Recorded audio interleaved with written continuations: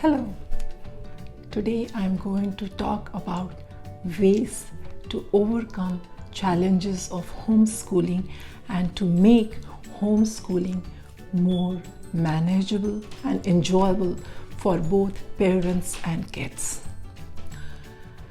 Here I will share my top 10 ways which I use for my kids in my homeschooling. So let's begin.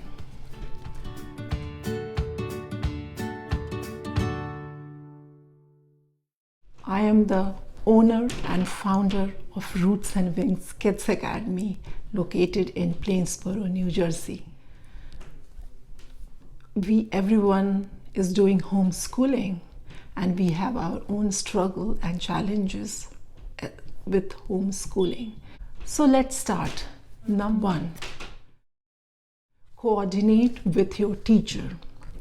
Follow the learning plan that you got from your school, but be in regular touch with your teacher. Chat with your teacher if you are in doubt about anything or if you need help in teaching some lesson to your kids, because we are not well versed with or up to date with all the subjects that the kids are studying right now. So if you are not able to explain it to them, then you can take the help of your teacher. For example, my kid is in 2nd grade and in English worksheet I had some problem in explaining him. Then I wrote we use Seesaw for our classroom interaction. So I sent a message to her and she replied back with her voice messages, and it was really helpful to us. Now, number 2, set a schedule. You must have given a lesson plan from your school. Like for my kid, it's a weekly plan that we get, but still you can make your own routine, because eventually it's on you how you take your lessons and which lesson you want to take first. So make a routine. For example, Monday you will do reading, Tuesday you will do English, Wednesday you will do social studies, Thursday you can use art. So you can use like that. And if some subjects which you have not finished on that particular day, you can do it on Saturdays or Sundays. But in my personal experience, I would suggest that you put few like 20 minutes for math, because maths need regular practice. So if you give few minutes to math every day, it helps a child. Now is number 3. Number 3 is be flexible. Don't be too hard on yourself. Allow time to adjust. It's new for you, it's new for your child, and it's new for your whole house. Then number 4. Always pay attention to child natural interest, because your child might be inclined to some activities or some topics where he is self-driven and self-motivated. So you can definitely allow him more time for those topics, and also you can use that time when your child can do all their work all by themselves. Then you can have those breaks for yourself. That's a good way to. Like my son wants to make Roblox, so which is not related to any subject, but he wants really more. So I give him some structure and I give him some, like I have to give 10 pieces of blue, 10 rectangular pieces, 4 square pieces, and then I ask him to make his own design. And trust me, he hardly gets it for a second at that time and gives me my time. So you can use this one. Number 5. The number 5 is connect with other parents, because other parents are also in this same situation, and all parents can be helpful to each other, and especially they can share their own challenges and how they overcome it. And maybe they can arrange some group studies between 2 or 3 same class kids, if the parents can make a group. Then is number 6,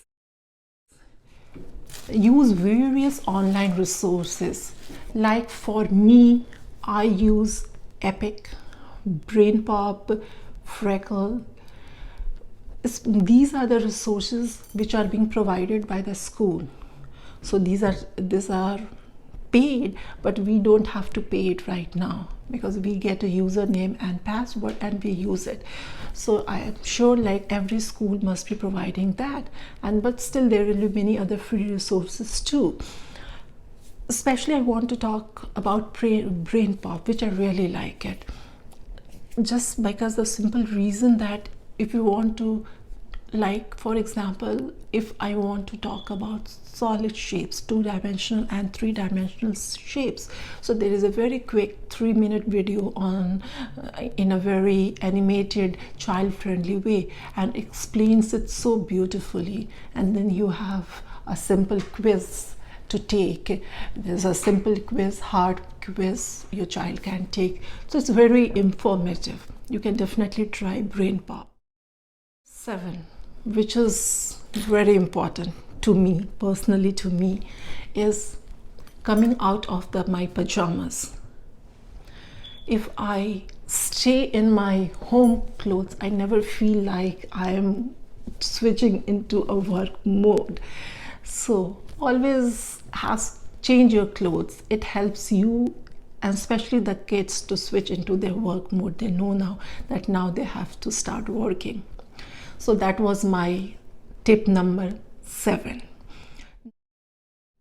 8 is declutter your workstation. This space, have some flowers, some plants around it. That will definitely help you. Number 9, my number 9 is have some background music. If you have never tried it, try it. It really has some soft music going on, or some instrumental music. It really brings a calmness, and if your mind is not working also, if you're just like that, still you can hear it. It soothes you, it calms you.